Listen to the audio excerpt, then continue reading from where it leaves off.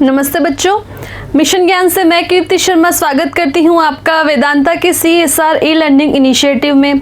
बच्चों, हम पाचन तंत्र के बारे में पढ़ रहे हैं और इसमें कौन कौन से पाचक अंग काम में आते हैं वो सब हम पढ़ चुके हैं।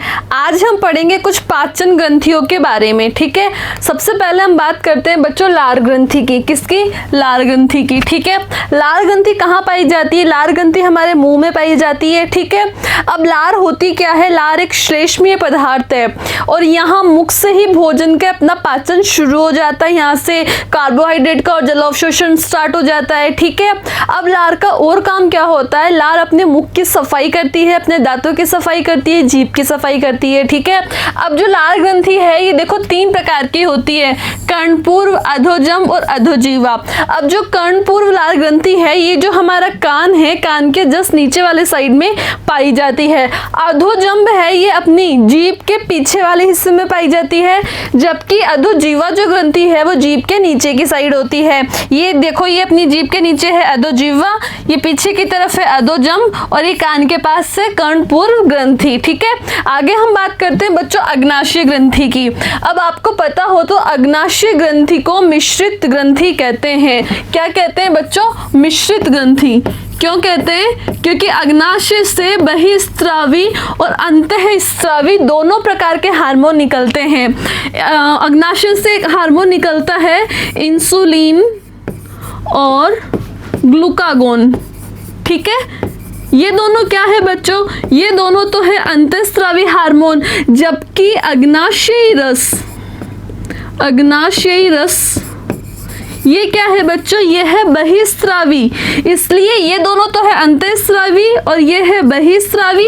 इसी कारण अग्नाशय को हम क्या कहते हैं बच्चों? इसी कारण अग्नाशय को कहते हैं हम मिश्रित ग्रंथि। अब ये जो इंसुलिन और ग्लूकागोन हार्मोन है ये हमारे रक्त के अंदर शर्करा के लेवल को, स्तर को क्या है बनाए रखते हैं। इनकी कमी से हमें कौन सा रोग हो सकता है? हमें डायबिटीज, मधुमेह रोग हो सकता है। अब नेक्स्ट हम बात कर, देखो अग्नाशय किधर है? ये जो संरचना आप देख रहे हो ना यू आकार की, यही क्या है? यही अग्नाशय है। ये डायग्राम थोड़ा कट गया है। ठीक है, आगे हम बात करते हैं बच्चों यकृत, लीवर की। तो हम लास्ट वाले चैप्टर में पढ़े थे कि बहुत अधिक मदिरा का सेवन करने से, धूम्रपान करने से हमारा लीवर, हमारा यकृत खराब हो जाता है। ठीक है, तो लीवर कौन सी संरचना है? ये जो आप त्रिभुजाकार संरचना देख रहे हो रेड लाल रंग की, यही क्या है अपना? यही अपना लीवर है, यकृत है। ये 2 पालियों में बटा हुआ होता है। ठीक है, अब जो अपना यकृत है, यकृत क्या करता है? इसके अंदर अपने पित्त का निर्माण होता है। किसका निर्माण होता है? पित्तरस का निर्माण होता है। ये इस पित्तरस का निर्माण तो कहाँ होता है बच्चों? इस लीवर के अंदर। और फिर ये पित्त वाहिनी डक्ट के द्वारा कहाँ चल जाता है? ये चल जाता है अपना पित्ताशय में। मतलब इसका निर्माण तो कहाँ हो रहा है? यकृत में, और ये जाके संग्रहित कहाँ हो रहा है बच्चों? पित्ताशय के अंदर होता है। ठीक है, आगे हम बात करते हैं, ये हमारे कुछ ग्रंथियां हैं, ये हमारे कुछ अंग है और उनसे कौन सा एंजाइम निकल रहा है, कौन सा स्राव स्रावित हो रहा है और वो क्या कार्य कर रहा है वो हम पढ़ते हैं। सबसे पहले हम बात करें देखो बच्चों लार ग्रंथि की। अब जो हमारी लार होती है ना उसके अंदर बच्चों टाइलिन एंजाइम पाया जाता है। क्या पाया जाता है? Ptyalin enzyme. और ये टाइलिन एंजाइम किसका पाचन करता है? ये अपने स्टार्च का पाचन करता है। ठीक है, और जो ये पॉलीसैकेराइड होते हैं इनको किसमें तोड़ देता है? छोटे छोटे पॉलीसैकेराइड में तोड़ देता है। अब जो ये लार है, आपको मालूम है लार किस जगह काम करती है? ये अपने मुख गुहा के अंदर कार्य करती है। ठीक है, नेक्स्ट हम बात करते हैं देखो बच्चों आमाशय की। अब आपको मालूम है कि आमाशय से जठर रस निकलता है जिसके अंदर HCl होता है। ठीक है, उसके अंदर एंजाइम कौन से होते हैं? उसके अंदर पेप्सिन नाम का एंजाइम होता है। अब ये पेप्सिन क्या करता है बच्चों? जो हमारे भोजन के अंदर प्रोटीन होता है, इस प्रोटीन को किस में बदल देता है? पेप्टाइड में बदल देता है। ठीक है, अब जो जठर रस है वो काम किस जगह करता है? वो आमाशय के अंदर काम करता है। ठीक है, नेक्स्ट हम बात करते हैं बच्चों अग्नाशय की।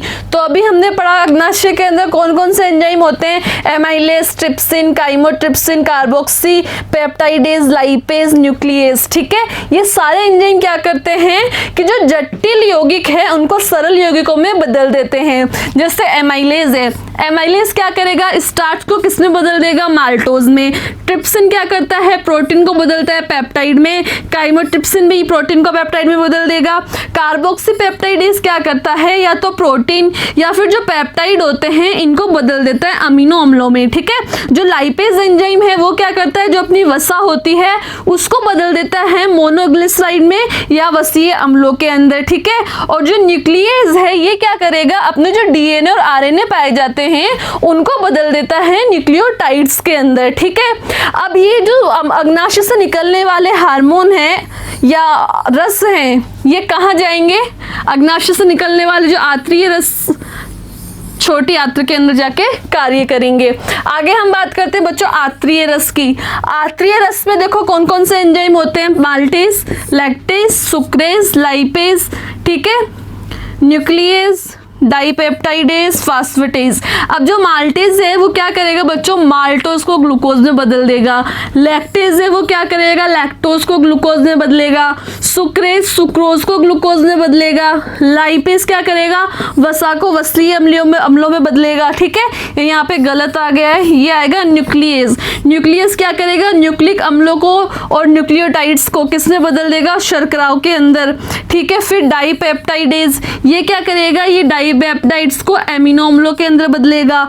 जो फास्फेटेज है ये क्या करेगा, जो न्यूक्लियोटाइड्स थे उनको किन में बदल देगा, नाइट्रोजनी क्षार में, ठीक है। अब हम अगली बात करते हैं यकृत की। तो बच्चों यकृत से आपको पता है हमें पित्तलवण या पित्तरस मिलेगा। ये क्या करता है, ये जो वसा का पाइसीकरण करता है, मतलब वसा को छोटे छोटे वसा गोलिकाओं में या वसीय अम्लों में बदल देता है। और ये कार्य कहाँ होता है बच्चों, ये कार्य होता है अपने छोटी आंत्र के अंदर, ठीक है। आगे हम बात करते हैं भोजन के पाचन की। तो देखो जो भोजन है ये एक यांत्रिक और रासायनिक क्रिया है, ठीक है। अब आपको पता है कि हमारा जब भोजन का पाचन होगा तो उसमें बहुत से पाचक एंजाइमों का उपयोग होता है, ठीक है। जैसे कार्बोहाइड्रेट है, प्रोटीन पाचक एंजाइम, वसा पाचक एंजाइम, न्यूक्लियस एंजाइम। अब आपके एग्जाम में क्वेश्चन कैसे आएगा, आपके एग्जाम में ये पूछ सकता है एग्जामिनर कि किन्हीं दो कार्बोहाइड्रेट पाचक एंजाइम्स के नाम बताओ। तो फिर आपको बताना पड़ेगा जैसे एमाइलेज है, लैक्टोज है, सुक्रेज है। या वो पूछ सकता है किन्हीं दो प्रोटीन पाचक एंजाइमों के नाम बताओ, तो आपको लिखना होगा ट्रिप्सिन है, काइमोट्रिप्सिन है, पेप्सिन है। इस तरीके से क्वेश्चन आ सकता है। आगे हम बात करते हैं कि सबसे पहले भोजन जो हमने लिया वो भोजन कहाँ गया बच्चों, हमारे मुख में गया। मुख में उसमें क्या मिक्स हुई, मुख के अंदर लार मिक्स हुई। अब जो लार है, लार क्या करती है, भोजन को लसलसा बनाती है और यहीं से क्या होता है, स्टार्च का पाचन शुरू हो जाता है। अब जो लार जिस भोजन में लार मिक्स होती है उस भोजन को हम कहते हैं बोलस। क्या कहते हैं, बोलस। और ये बोलस उस वक्त कहाँ होता है, अपने मुंह में होता है। अब ये हमारे मुख गुहा के बाद कहाँ जाएगा बच्चों, ग्रसनी में जाएगा। ग्रसनी से होते हुए ग्रसिका में जाएगा और ग्रसिका क्या करती है, क्रमानुकंचन की गति करती है, स्प्रिंग टाइप्स, ठीक है। तो क्या करेगी, भोजन को धीरे धीरे किस में धकेलेगी, आमाशय की ओर धकेलेगी।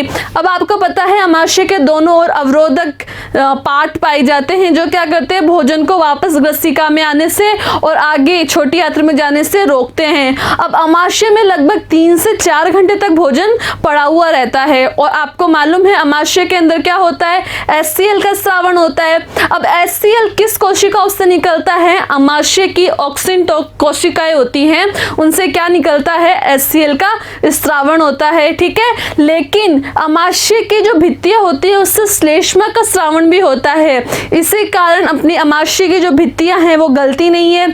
अब आमाशय के बाद भोजन क्या आ जाएगा बच्चों, 3 से 4 घंटे तक यहाँ रहेगा, उसके बाद ये आएगा छोटी आंत्र में। अब जो जितना भी भोजन का पाचन हुआ उससे जो भी पोषक पदार्थ हमें मिल रहे हैं वो छोटी आंत्र के बाद कोशिकाओं द्वारा रक्त से होते हुए सभी कोशिकाओं तक, सभी अंगों तक पहुंचा दिए जाते हैं, ठीक है।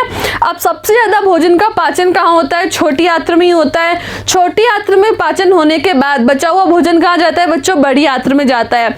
अब इस भोजन में बड़ी आंत्र में क्या होगा, सबसे ज्यादा जल अवशोषण होगा और जो अपने खनिज लवण हैं उनका अवशोषण होगा। जल अवशोषण होने के बाद अपना जो भोजन है जिसको हम अपशिष्ट कह सकते हैं वो ठोस रूप में आ जाएगा और कहाँ इकट्ठा हो जाएगा, मलाशय में, जिसे हमारे शरीर के द्वारा बाहर कर दिया जाता है। ये हमारे भोजन के पाचन की पूरी प्रोसेस थी कि हमारे भोजन के पाचन में कौन कौन से अंग काम में आए, कौन कौन सी ग्रंथियां काम में आई, उनसे निकलने वाले स्राव क्या क्या काम आए और भोजन का पाचन किस तरीके से हुआ। ये अपना पाचन तंत्र कंप्लीट होता है। नेक्स्ट तंत्र हम नेक्स्ट वीडियो में देखेंगे।